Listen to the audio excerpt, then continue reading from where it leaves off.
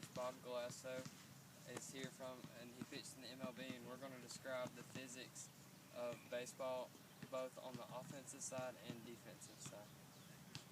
Trevor's been with me since he was about 8 years old, so I'm really honored to be here tonight to get some of this applied physics into his grades. First off, I'm going to start out with swinging a drop 10 bat, and then I'm going to move on to a drop 5 bat, drop 3 bat, to explain how using a lighter bat will help you get a faster swing to the ball to increase the time of contact, causing the ball to travel a further distance.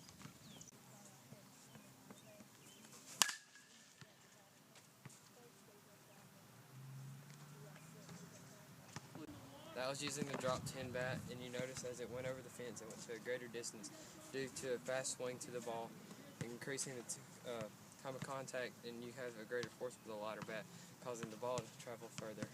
And whenever you hit the ball, you want to hit it with backspin, causing the velocity to go up, which affects the distance. Don't go out.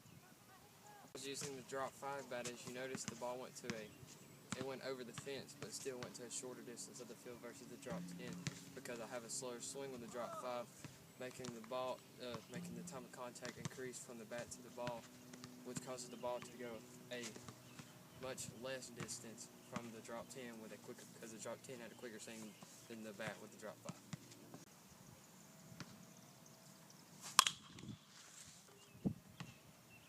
I just swung with the heaviest bat, which was the drop 3 bat, and my swing was a lot slower, and the ball didn't travel as far as the drop 10 and the drop 5 bat because my swing was slower, which affected the distance and the time of contact, which was slower with the drop 3 bat than the drop 5 and drop 10, which affected the distance to go a much shorter distance. And then, as you notice, my time of contact was late because I hit the ball to right field. What I'm going to throw is going to be a fastball. And what Bob's trying to do with his fastball is he's going to try to get more rotations, more spin on the ball to create a greater velocity. So it's harder for the hitters to hit a ball with a greater velocity because they're going to have quick hands just to get to the ball. Well, one of the essence of what I try to do when I have these kids and I'm talking to them about pitching is staying square through the baseball with your hand, wrist, and forearm pulling off the back of the ball straight down, so that when the take this glove for me, buddy. When the ball comes off of your hand, you're actually pulling down with friction on the back of the ball, almost like you're snapping straight through. And in reality, the ball has a little bit of underspin on it, and that's what drives the ball. There's a statement out there by some hitters that certain pitchers throw a heavy fastball.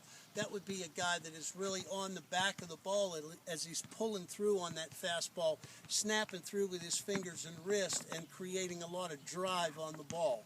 That extra spin is what makes the ball move around in the strike zone when gravity catches it at about 60 feet or 58 feet. And in essence, if you get square through the ball, the speed is there and there's a little bit of movement around home plate.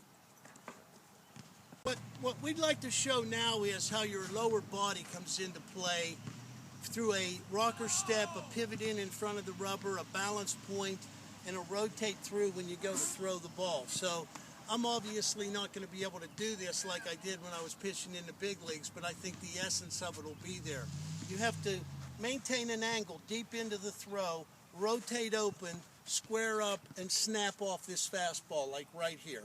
Your leg drive is very, very important off of your back leg, driving your hips out and opening up your front of the body as you come through. So hopefully we can capture that in this throw. Trev, how's that?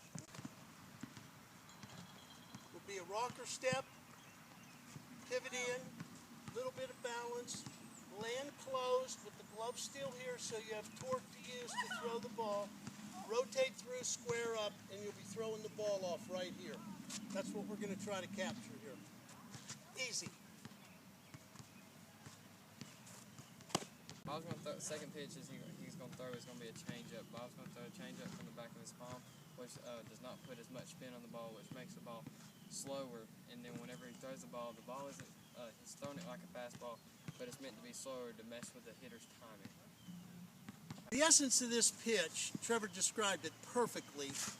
The essence of this pitch is to get the hitter off of the rhythm of the fastball as he's committing his swing and his hips and literally trying to hit a pitch that is not to the plate yet. In layman's terms, it's just slower and you've taken the guy's bat speed off of the ball.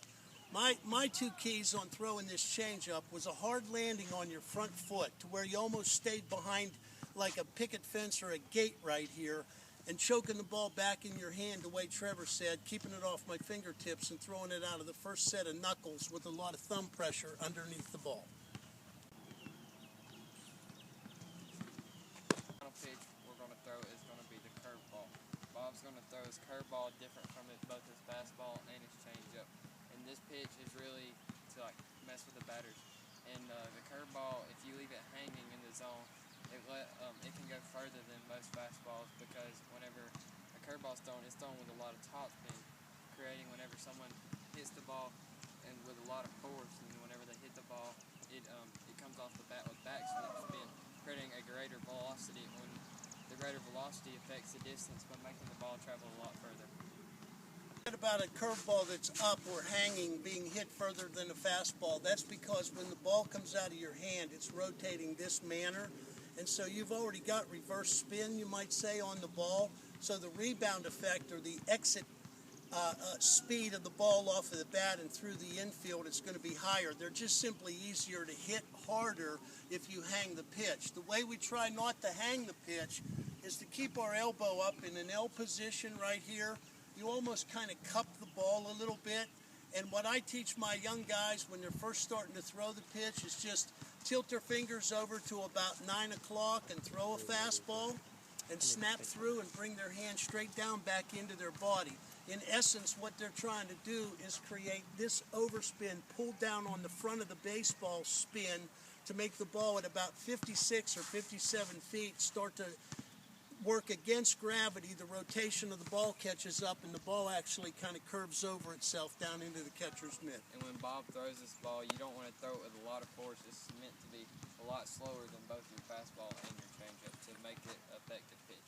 Trevor, being the student that he is and has heard this from me so many times, I have a couple pet phrases. You throw your fastball through the catcher, you throw your curveball to the catcher. You want this ball biting and sitting down at the catcher's feet, out of the swing path of a velocity-filled swing.